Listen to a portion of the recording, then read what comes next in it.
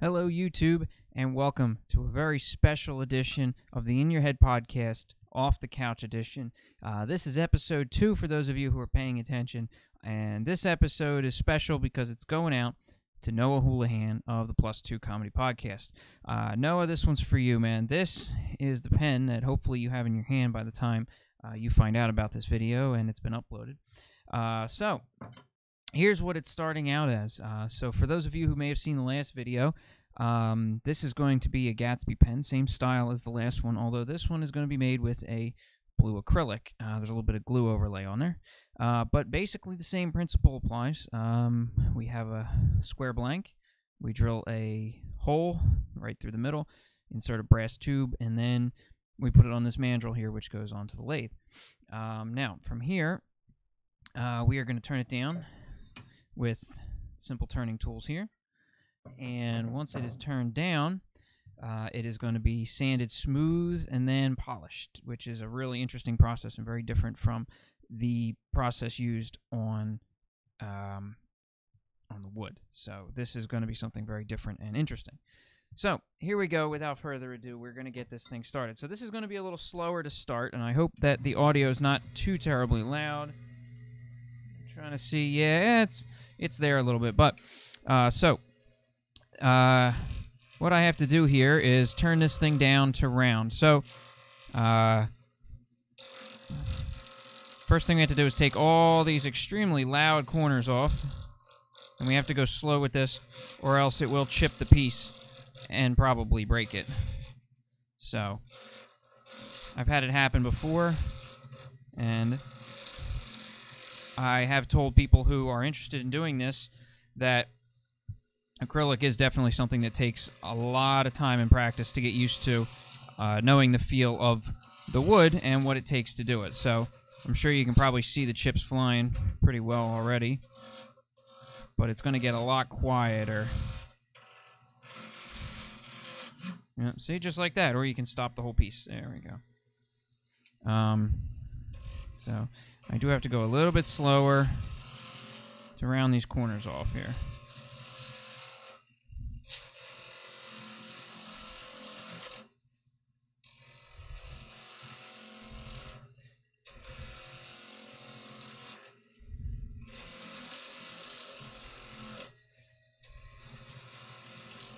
I really shouldn't be in such a rush, but I have to keep adjusting this here. There we go. There we go. Get this off. So what's happening is I'm taking this down closer and closer to a round piece. And once it's pretty close to round, I'll be able to do the rest of the turning with the other tool that you see right over here. It's a little bit more for finer detail, but as you can see, it's not so much chips now as it's sort of shreds. So I'm almost there. You still hear that chattery noise. That means there's still edge left on there. And it's not quite smooth, but it's going to get there.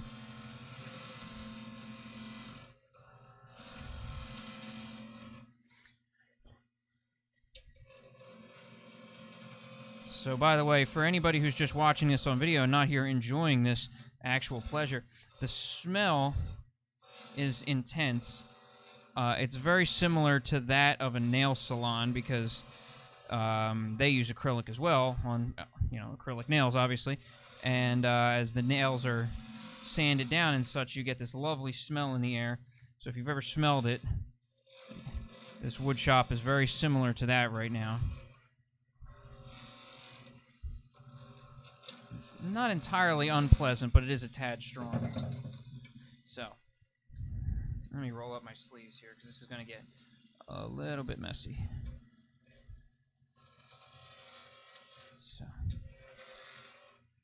So this is a little slower going than wood. Wood, you can be a lot more aggressive. Acrylic, you do have to take your time, or you will blow the piece apart. So this is what it is. But I love making these for people because the acrylic has such a wonderful finish. No matter what you do, it holds the finish a lot longer. It's not even a finish per se. It's just polished to almost a mirror shine, and we will see that when this is all done, for sure. So.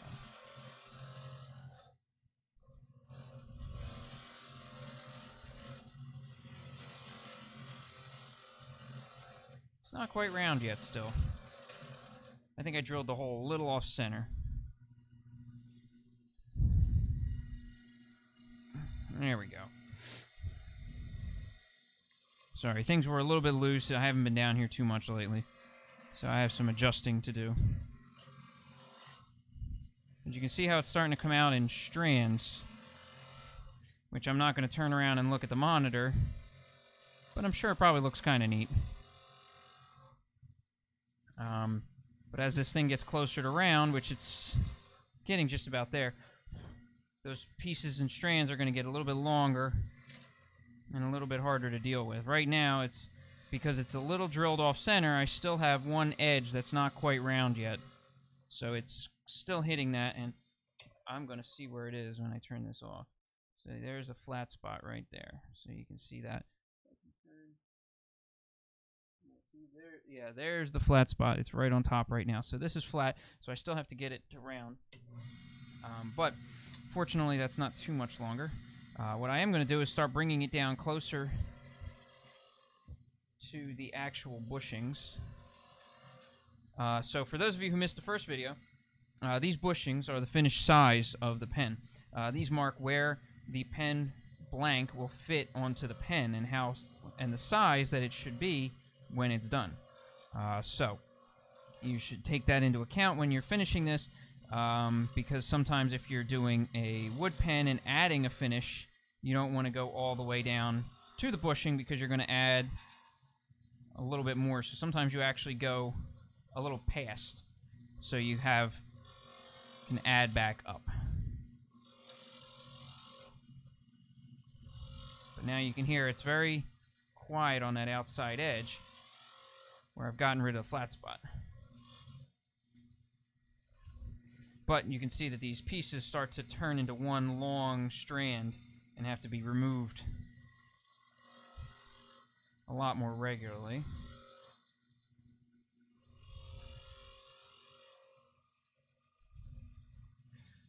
They just get in the way, which is kind of the one downside of this. Wood chips don't do this, or at least I've not found a piece of wood that makes wood chips like this.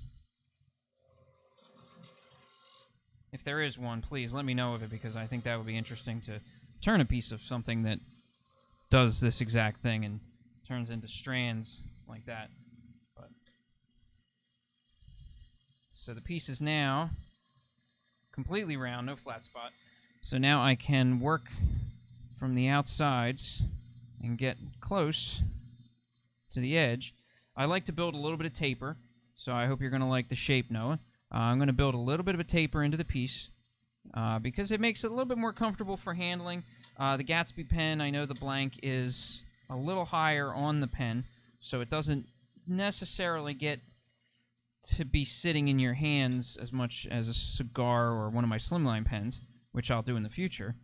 But it gives a little bit more balance if you curve it, as I'm going to do. So I'm trying to go to about the third, where it's going to taper from here to out to this spot and then taper back down to here. I've noticed that gives probably the best balance for the pen as far as a weight distribution, so it doesn't put too much weight up top of the pen, but there's going to be a very gradual curve working its way and then all the way down to the bottom. So, but I do have to take my time, because if I rush, the pen will break, and I don't want that. Not after coming this far, anyway.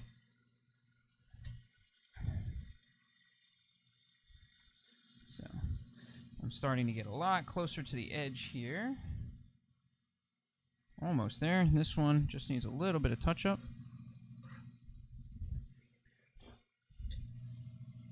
This is kind of new with a microphone in my face. I'm trying to learn how to deal with this on the fly, so I'm not comfortable as far as tool use, but this is actually pretty fun. So you can see the shape there. We'll stop it here so you can get a better look now.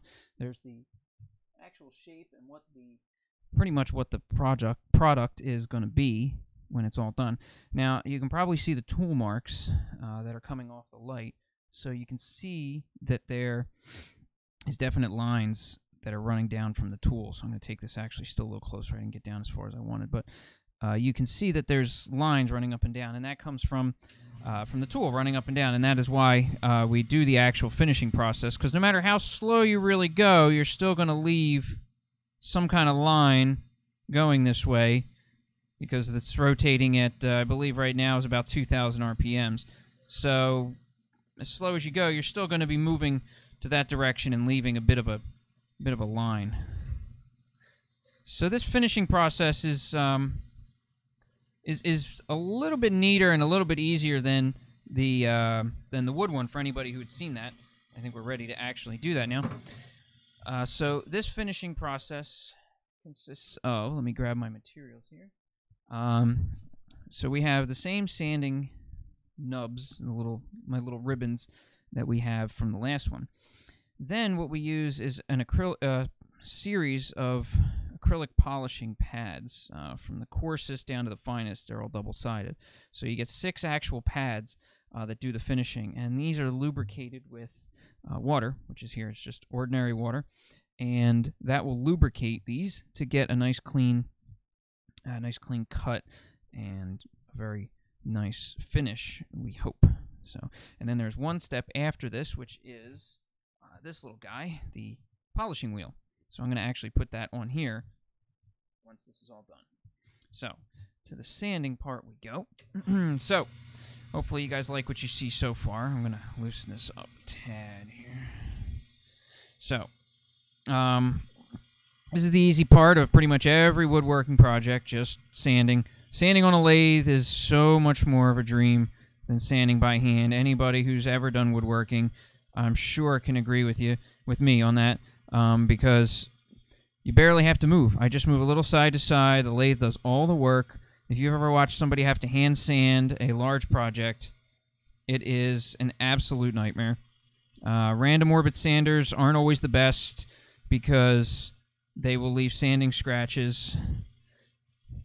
So you always have to go over by hand if you want a fine finish. Sorry, a little distracted, but I think I'm going to figure this out here. So the first is always important. So little sanding tip for everybody who's into woodworking and stuff like this. The first step is always the most important because this will get out the tool marks. If you go too far into the sanding process, if you go down past the 180 and such and try to still sand out tool marks, they're not going to come out. They're never going to come out with anything better than your highest grit. So you have to make sure you spend most of your time sanding with that to get those out, and then take it down a notch after that, take it down step by step to really get rid of each set of sanding scratches. So that's a pro tip for you. Always spend time sanding because that's your finish work.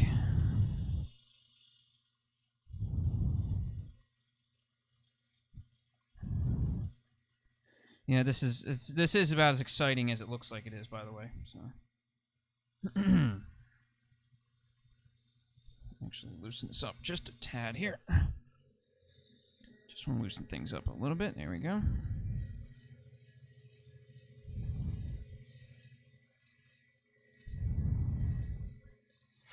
So yeah, sorry this isn't the most exciting part of the project, but you'll see when it's all done, it's going to be a beautiful piece, which I hope you already enjoy, Noah, because you should have it by the time this video is aired. And then we're on to the last piece of sandpaper. Actually, no, I forgot a piece of sandpaper. I'm going to go grab that in a moment.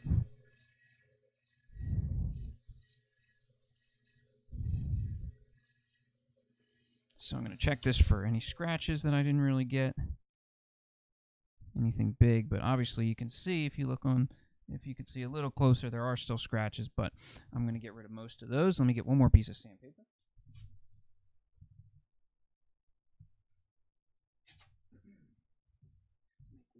To make my life a little bit easier, I'm going to sand with these last two with the water.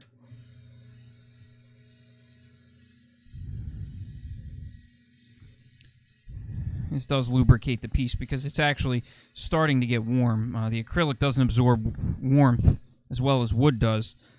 So for anybody who works with wood, it does absorb heat very well.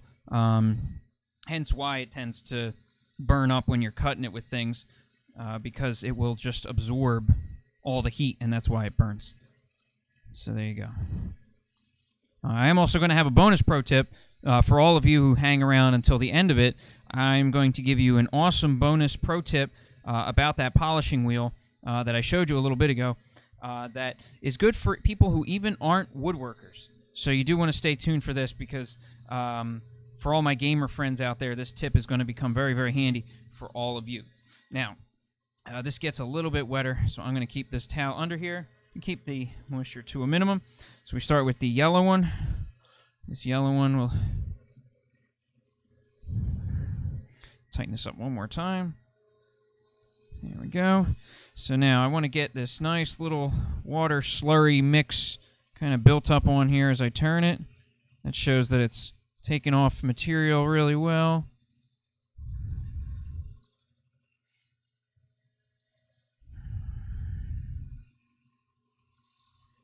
See, it's got that nice shape built into it right now that I'm looking for. So we're looking good there. We'll flip this over before we go on to the next pad. So this is all progressively finer and finer. First one's closer to an emery board, and then it goes all the way down to you can't really even feel any grit on the last one. If you've ever seen, I've seen them in stores ages ago. They're like nail shiners, I guess. I don't know what they do, but they just polish regular, normal nails, and it's very similar to what the last one of these is like. So whatever grit that is, somewhere in the thousands, I assume. But you can see that slurry build up on the back. You can see all that. It builds up. That's all the material that comes off, mixes with the water, and the water keeps the grit free so that the grit can do its job without binding all up. But you can also see why the towel is down there to do its job, because this is pretty messy. But it's not overheating, and that's what we want. Okay, so this is really fine. It's very fine stuff right here. Almost to the very polished part of it. Let me tighten this up one more time.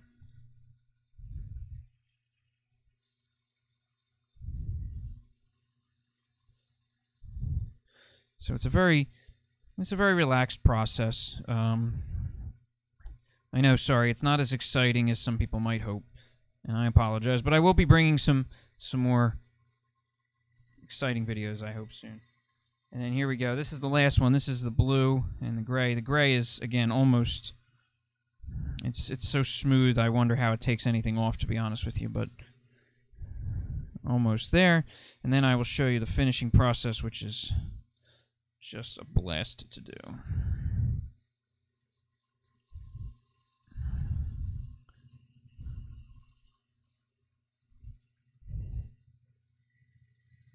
Over to the other one here, last side.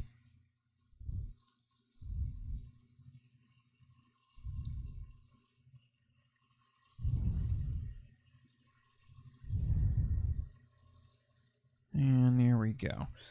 That's nice and smooth. Dry this off. Now,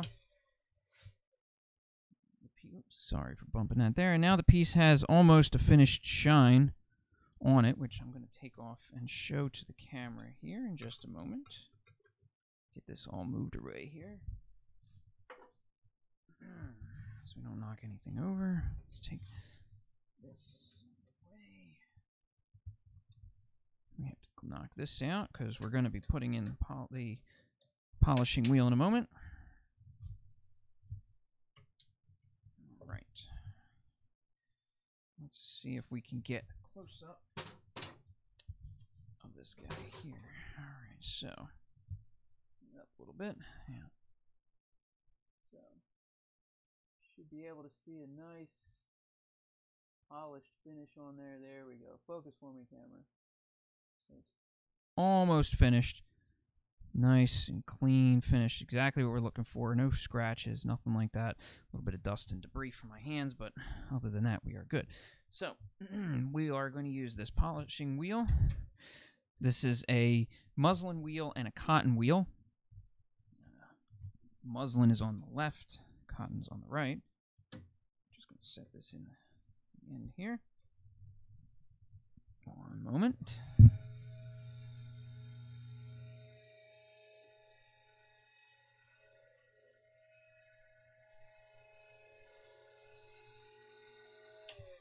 Okay. Just looking for one more thing. Silly me, I don't know where I put it.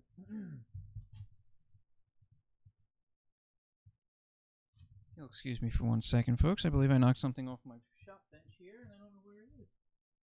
That's funny. Oh, the fun of recording live in one take.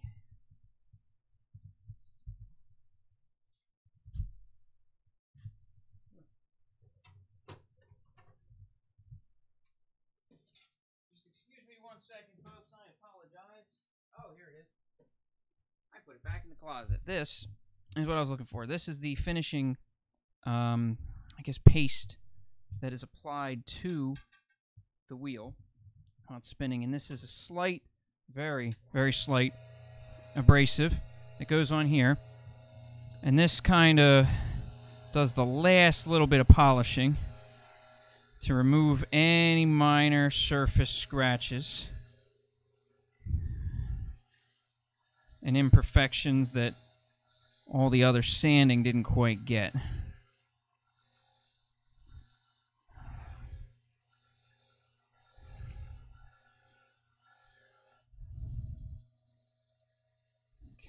So I'm going to take it with this. This should clean it up the rest of the way.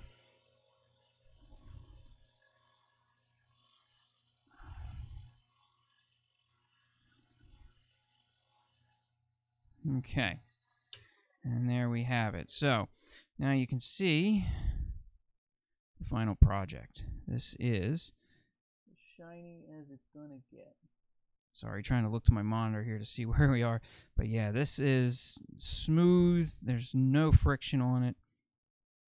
And this is exactly the finish we're looking for. So the pro tip that I was going to give you guys for this thing, for gamers and such out there, if you have a CD with scratches in it, or CDs or anything like that, and you like hanging onto your original CDs, these muslin and cotton wheels are amazing for taking out CD scratches and not damaging them. A lot of CD repair kits you see will actually use a grit very similar to this gray polishing pad. It will use something very similar to this, but that is sometimes too abrasive. So if you have minor surface scratches that you want to take out of a CD and make it work way better than it was, get one of these. They put them on they make them for drill presses. They make them for anything that spins, grinding wheels.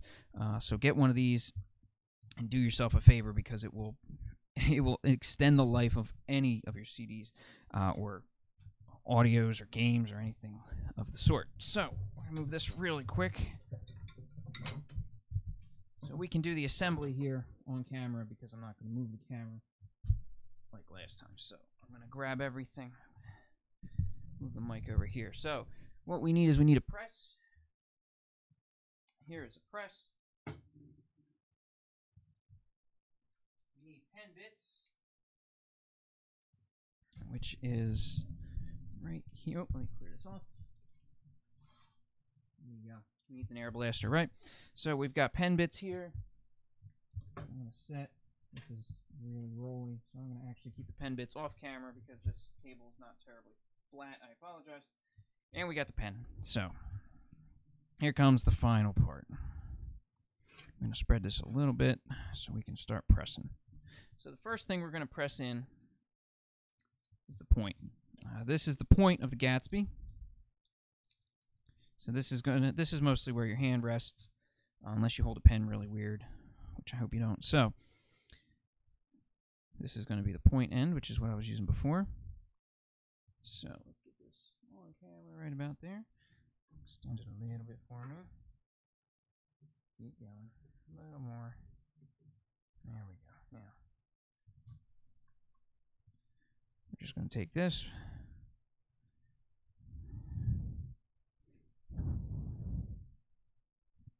Press it right in. So now the piece sits very flush. There we go. Sits flush right there with the parts right onto the beads. Now, we're going to set the back, which is behind me. This little guy, they all come in their own little bags. So this is the top part. This is going to get pressed into a spot of my choosing. Sometimes this is always a little tricky when you design a pen. Where do you want your cap to be, because this is, or your clip, because that's where people see the pen, or do you have something that you want to, that might be too big? So I'm going to put the cap right over this big blue spot because it's a little unsightly actually. So I'm going to put it right there. We're going to set this in. I work my head around the microphone. And it's pressed in nice and tight. So that's now one piece. Now we have a couple little pieces left, one of which require the press, fortunately. Let's close that up. So now we have, I'm going to make a special note to anybody who gets one of these pens, and you yourself, Noah, this spring works with this pen. You need this spring to work the pen. These pens are completely refillable. You can get, these are Parker refills. You can get them anywhere, Staples, any office supply store. So what you do is you unscrew this here, okay? You'll insert it like so, and it will drop right in. Now, I probably could have done that from the back because the rear twist mechanism is not in place yet, so it wants to just fall out. But this is the rear twist mechanism. This is what gives it all its fun twisty glory. I don't usually do this with the pen point in there, but you can twist this in. I'll twist that out. Perfect, nice and tight. And then we put on the rear cap here. These, I got enough of them laying around.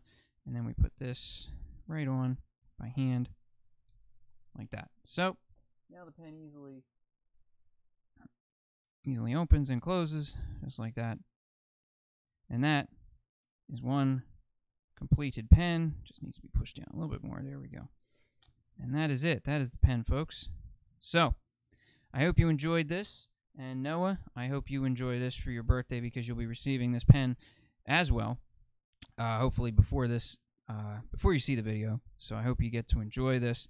I hope it lasts you many years, and happy birthday again, man. So best wishes and take care.